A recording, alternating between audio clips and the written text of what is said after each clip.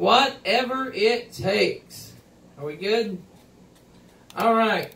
In the beginning of most relationships, we are doing this, right?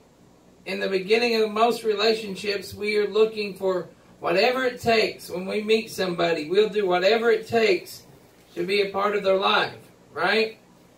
If we're not careful, we do this when we come to the truth, right? And we say, oh yes, whatever it takes, I want to do this, right?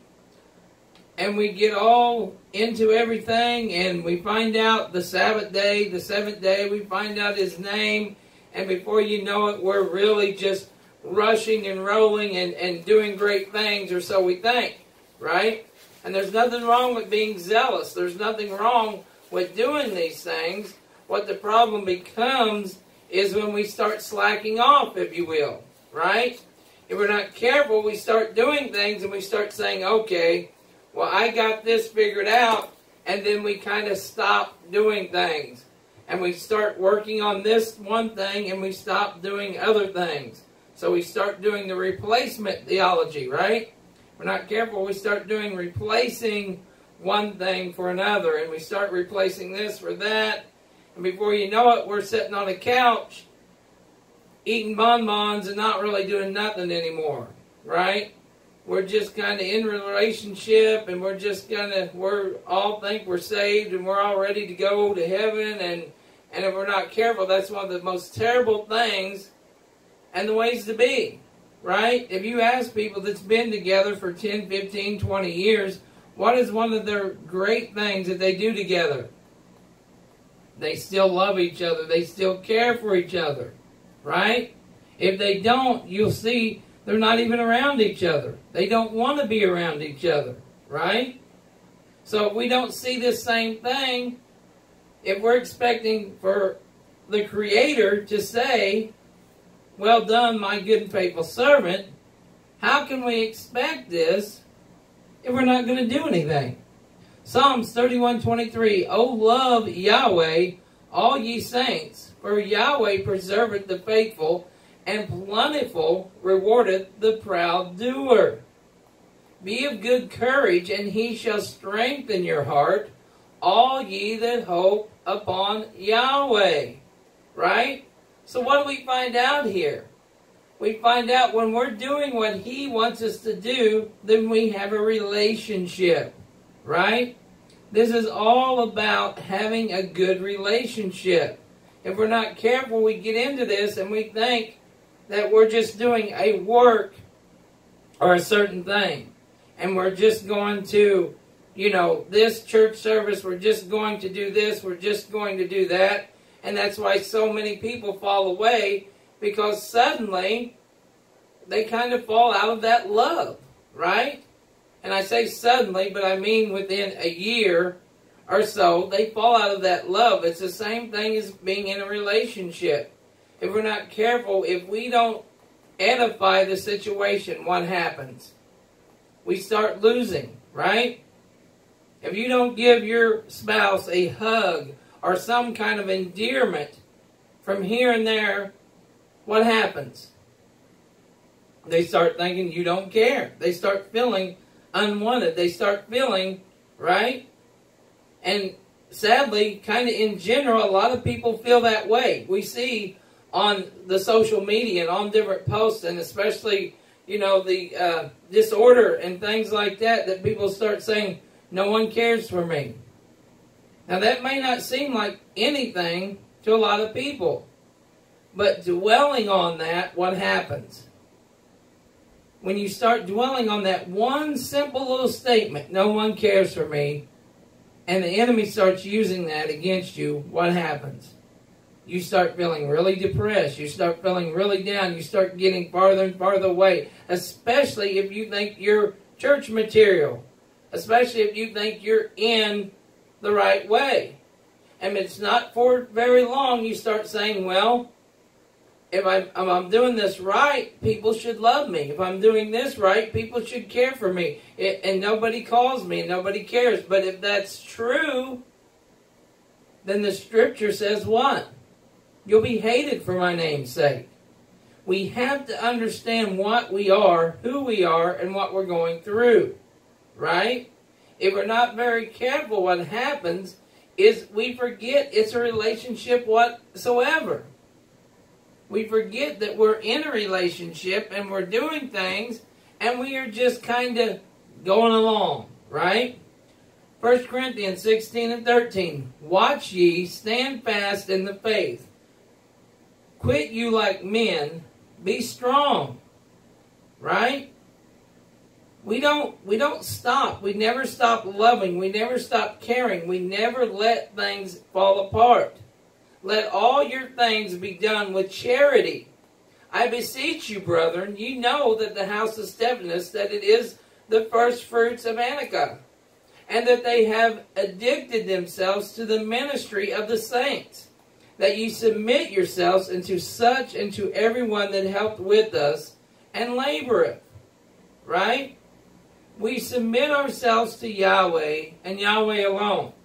Now, in saying that, if there is some other preacher, teacher, whatever they may be, and they are saying what the Scriptures teach, then we should follow that. We should search that out. We should say, hey, this is truth. I want to know truth. Right? The problem is, if we're not careful, we get selfish and we want to hide this relationship away. Right? We find out, we want to tell everybody, but in our learning, some reason, somehow, we seem to want to hide these secret things to ourselves, right?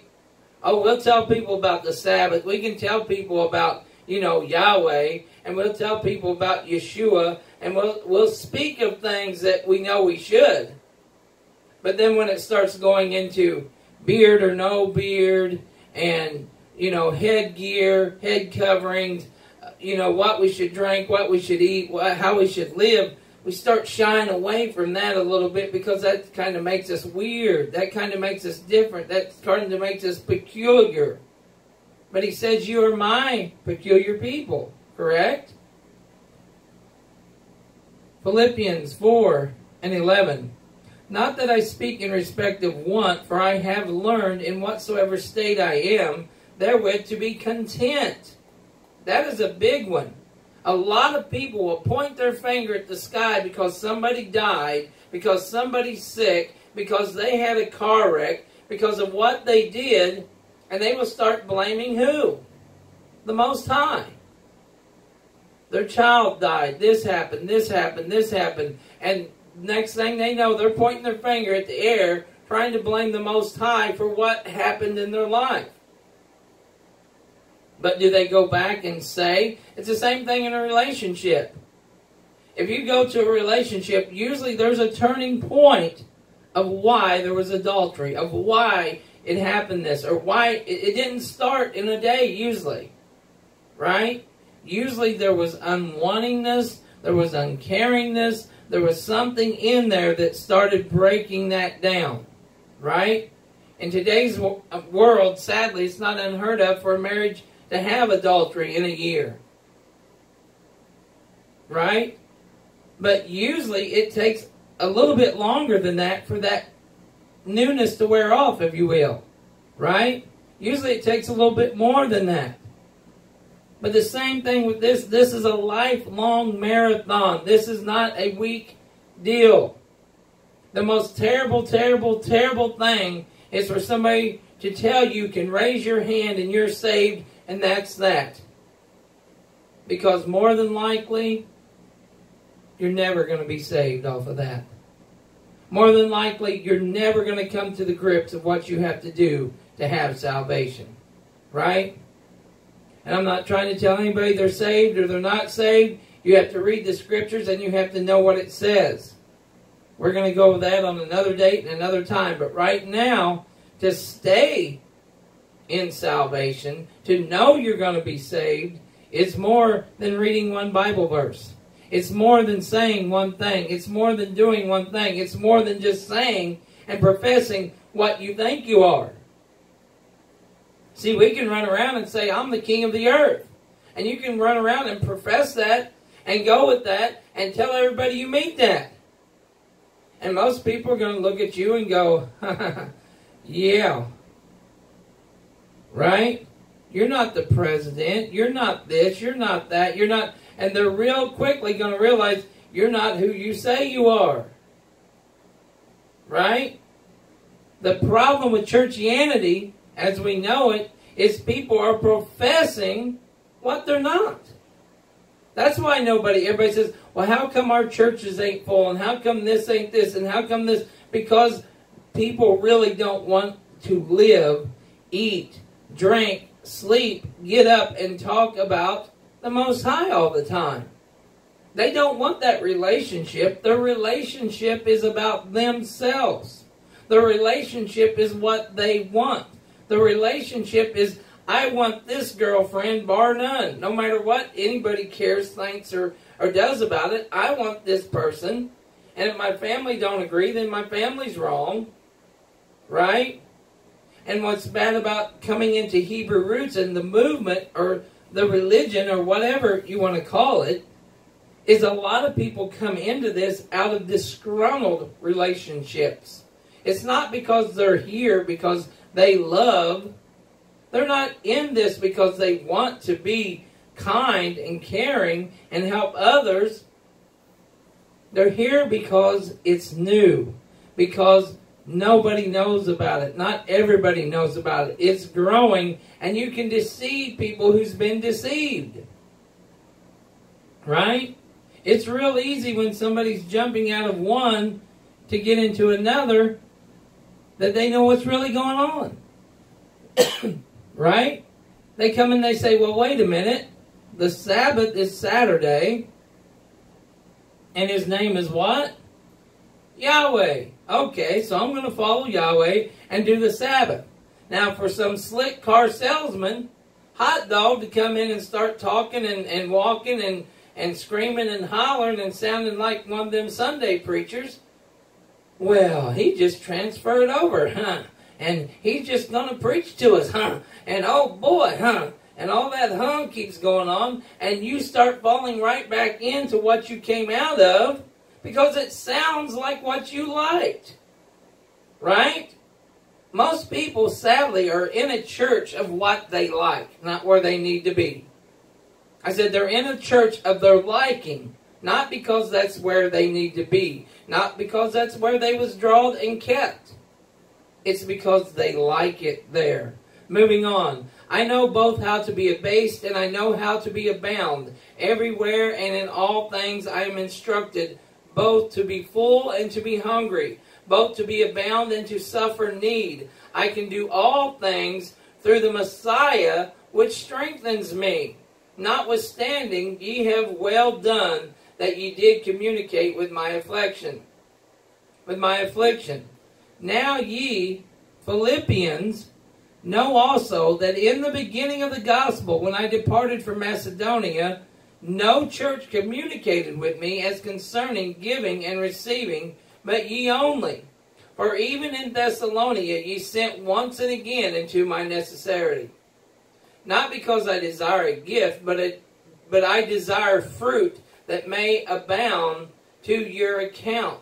But I have all and abound. I am full, having received of the Epaphroditus the things which were sent from you, an odor of sweet smell, a sacrifice acceptable, well-pleasing to Elohim. But my Elohim shall supply all your need according to his riches and glory, by the Messiah, Yeshua. Now unto Elohim and our Father, glory be forever and ever. So be it. Selah. Right? 4:21, Philippians. Salute every saint in the Messiah, Yeshua. The brethren which are with me greet you. All the saints salute you. Chiefly they are of Caesar's household. The grace of Yahweh, Yeshua HaMashiach, be with you all. So be it. Selah. Right? So what we have to understand is what's going on in our relationship. Do we want a relationship with the Most High or not? That's what it comes down to. Are we going to do what He says to do? Are we going to do what we want to do? That's really what it's about. If someone comes to you and says, hey, there's $10 million under that tree. It's the apple tree over there. And you go, yeah, whatever. I hear you. And you don't even let them finish. Are you ever going to find out if that was really truth or not? Sadly, a lot of people don't want to hear about Yahweh because they're stuck in the relationship with Hasatan. Let's just be honest with it. I know a lot of people probably get upset and start having their problems and their little demons squeezing their ears. But guess what? The truth of the matter is you're either in a relationship with Hasatan, the enemy, devil, Lucifer, or Yahweh. You're either working for one or the other. And whether you like it or not, by working for one, you're not working for the other, right? If you're in the bar being drunk, then who are you working for? You can't be working for Yahweh because He says drunkenness will not enter in. If you're telling lies and spreading lies, you're not working for Yahweh. Shalom. If you're doing these things that He says not to do, you can't be on His team by default, right? So this is one thing that we have to get down in our spirit, if you will. Get down in our heart. Get down and understand and get it in our head that if we have these attributes, then we cannot be fully in a relationship with the Most High. Because if we're hateful, negative, liars, boasters, idolaters, adulterers, if we're all these things, then we have problems. Now, some have many problems all down the line. The problem is we have to bring them to the Most High and leave them with Him and say, you got to help me with this. I'm flesh. I'm dirt. Of dirt I'm made, and dirt you're going to go back into, right? So knowing that, you have to do what? You have to come to the Father and say, Father, help me. I'm sorry. And in a lot of cases, we didn't know we was breaking the Sabbath. Right? We didn't know the Sabbath was Saturday. A lot of cases, we didn't know that December 25th was pagan in origin. We didn't know that all these things that we were told was the complete opposite lie of what it truly is. 2 Chronicles 15:7. Be ye strong, therefore, and let not your hands be weak, for your work shall be rewarded. A lot of people will tell you works is dead. Works don't mean anything. You can even go in some of the congregations and they would tell you works don't mean nothing. But this just said what? Your what shall be rewarded? Right? Your works shall be rewarded. You shall be in Revelations. It says that your very works will be judged. You'll be judged by your works. What are we going to be judged on? Another relationship thing is you can have 10 years with somebody. Go with me here. You can have 10 years with somebody and you can have kids and just have the best of times. You could have had the best of relationship things and you could have just lived it up, right? You could have had the best of many things and really just be so close to that person. But in one day, what can happen?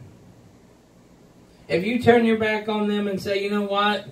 And you wake up in the morning and you say, guess what? I'm not feeling it no more. I think I want to go be a pirate. What?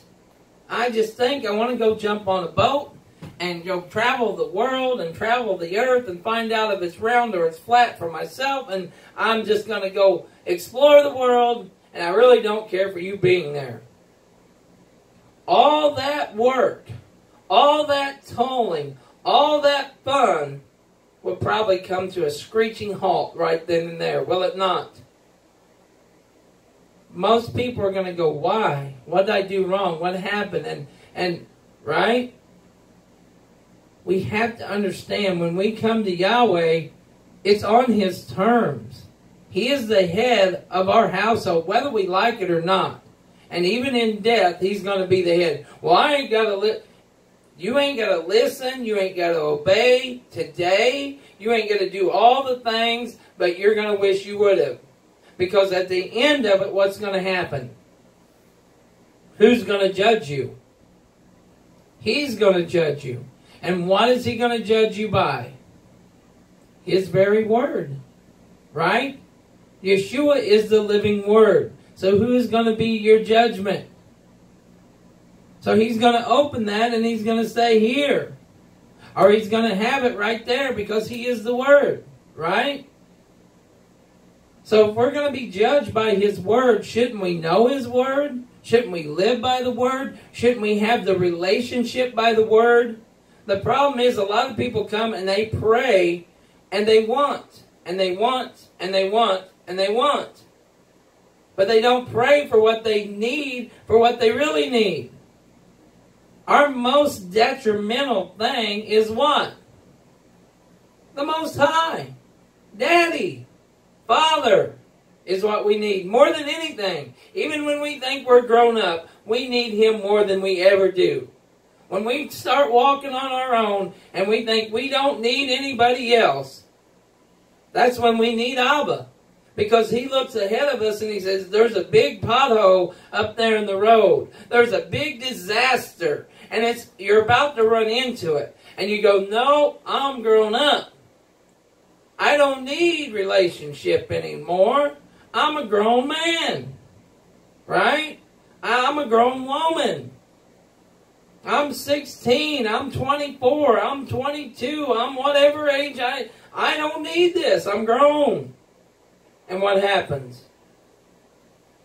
We just, all the warnings, all the heatings, all the flashing lights, we just disregard and say, hey, not for me. I'm grown. I don't need that. And what happens? We have a big crash. We have a big fall. We have relationship. We have many things happen, and then we start crying. Father, help me. Father, I'm dying in the street. Help me. Father, and we never realized we was naked and wretched and poor and dumb and ignorant before that. It says, my people die for a lack of knowledge. A lot of that knowledge is right here written. We can pick up books and read a whole book. Some people pick up a book and read a whole book in a week and be so happy about they read that book. And they could turn around and tell you which one was in love with one and which one fell out of love and what, and all that junk that's in that book. But how many people can tell you by this word what He truly wants from you? How many people can describe what the Father wants of you? How many people can set you down right here, right now and say, hey, this is what the Father expects, this is what He demands, and this is what He commands? We don't like those words, right? We don't like to be talked to as children. We want to be talked to as grown-ups. When you speak to me, use respect. When you speak to me, use this. When you do this, do that. But we forget we're supposed to be like little children. How many little children come up to you and say, speak to me with respect? Don't talk down to me. You're 2 foot tall. I have to talk down to you. There is no other way I can talk to you other than talking down or you know what I'm saying? It ain't a talking down to that. We grab things and grasp things and we turn a little bitty thing into a mountain. We'll make a little bitty comment huge, right? And we're not careful. That's the way we start living. We start trading our relationship with the Most High for what we like. Like I said, a lot of people ain't got a problem with raising their hand and professing and saying, Yahweh, I'll do whatever you say. The same thing is in Horeb, on Sinai. On all these places, the people repeatedly wanted to do the will of Yahweh. But when things didn't go exactly as they liked, they started getting upset. Right? And we usually do one of two things. Either when things ain't going exactly like we like, we start having a problem. Either that or they're going too much like we like, and then we forget everybody and we think it's us who put us in that seat. Right? President Trump, who put him there? We'd like to thank the voters, right? We'd like to think that we the people, right? We the people in the United States in order for them to, all that. So if we're not careful, we forget of where we got where we was going.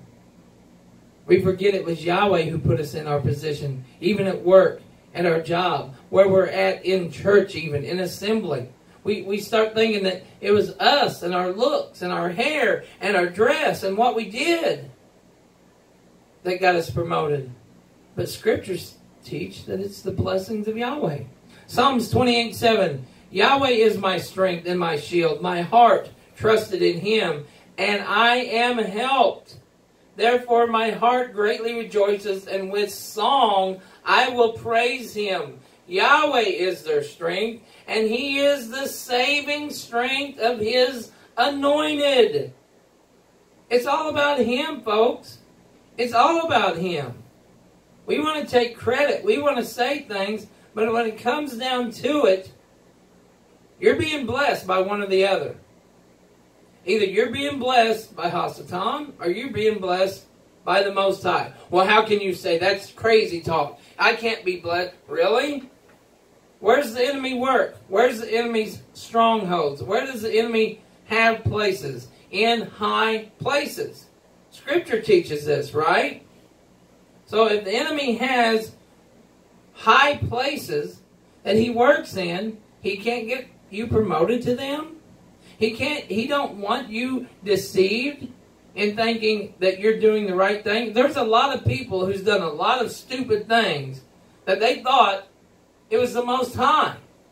There's a lot of people in Arkansas, Tennessee, all these different places that think that they was called and told to be in relationships, marriages, and all this junk that they was deceived. And they don't find out until well far later. I'm telling you right now, if you are in a relationship and the person, man or woman, is a dirtbag and has no respect for you, has no respect for others, and think bed hopping called polygamy is some kind of thing that they can do, then get away from them. Right? Because a lot of people think, oh, we can do this and we can have 27 wives and I'm a bed hopper. No, you're a bed hopper. You're an adulterous piece of garbage. Right? Please don't put that into what people call Hebrew roots. Please don't add another black eye in saying, well, we can do what we want to do because read the scriptures and get it right. To even do that, you're talking about much things that a lot of people don't even have or understand. So we're not even going to go there. Proverbs 3:3. Let not mercy and truth forsake thee. Bind them about thy neck. Write them upon the table of thine heart. So shalt thou find favor and good understanding in the sight of Elohim and men. We are supposed to have a good report of Elohim, Yahweh, the Most High, and men. A lot of us forget that. A lot of us think, oh, I only have to do what the Most High, and I can stumble and fall over and mistreat everybody in the path. If they're pagan and they won't change, but that still does not mean that you have a right to treat them poorly or treat them unrighteously or to talk them in other ways unless needful. And that means something that might bring them back, right? So, in closing on this, trust ye in Yahweh forever. For in Yahweh, get this, I want you to read this and find it for yourself, because it's right in your Bible. And even in your King James Bible for most people, Isaiah 26:4. Isaiah 26:4. One more time. Isaiah 26:4. Trust ye in Yahweh forever, for in Yahweh, Yehovah, Yahweh, is everlasting strength. Until next time, May Yahweh bless you and keep you. And blessings be upon you. Shalom. All right. So, sorry about that, but we had to do what we had to do. Did you know that if you will look that up, it will be in your scriptures, right? It will be right in your scriptures. So what you have to understand is doing these things is what has to be, right? Doing these things is what needs to be done. So, within knowing your scriptures, you have to know what he is saying to you. You have to know what he's talking about. Right? Let's do a couple more. Well, let's go ahead and close this one out since we got so far. If you have any questions or comments, please let us know if you'd like to know more about it. I love to print these things like this up. It's got the scriptures. It's got the commentary, if you will, on it. You can also write on the back. You can write notes on it. But we have to have a relationship with the Most High. We have to know what the Most High is saying. And we have to be walking in that. A lot of times what happens is we get to where we're self-sanctified and we'll say, oh, you know what? This, I don't think I can be a part of. And this, but you're sitting there eating cupcakes. And you're eating garbage. And you're partaking of stuff that you willingly are doing on your own. But you'll say, oh, you know, this water, is it the best on earth or not? You see what I'm saying? If we're not careful, we'll start thinking we're righteousness. And what we do supersedes the person next to us. And, oh my goodness, this song here on the radio station is not what I want to hear. But the song they're singing about, you know, another God or another this or another that or whatever, we have to be careful what comes out of our mouth. We have to be careful in what we say or do, because once we're told something, there's no going back on it. Right? If we know that on the Sabbath and on the high Sabbath, we're not supposed to read anything other than Scripture. So if we know these things, and we start reading books, and we start reading stuff, what if we read lyrics? I would submit that to you. What about the lyrics that you read in your songbooks? Is that okay? The real question is it okay with the Most High? Is it okay with Him when He says, I want you to read this? So the whole point of that is not to get everybody, but to understand. We're on a walk. We all have imperfection things that we're working on, or we should be working on. And sometimes we do this or we do that, but we have to be careful in shoving relationship on somebody who doesn't want it. We have to be careful in shoving our relationship of what we think we have on someone else. Right? We are, in a way, messengers. We say, hey, Father says this. Here's your message. Take it or leave it. You might take 2 things out of it. You might take the whole thing. And you might not take any of it. But what we have to understand is that's edifying each other. That's helping each other. That's using each other. That's gleaning from each other. Right? So, excuse me. Thank you so much for watching. Until next time, may Yahweh bless you and keep you. May His countenance shine upon you. And may He grant you shalom. Shalom, everybody. Thank you for watching. Yahweh bless.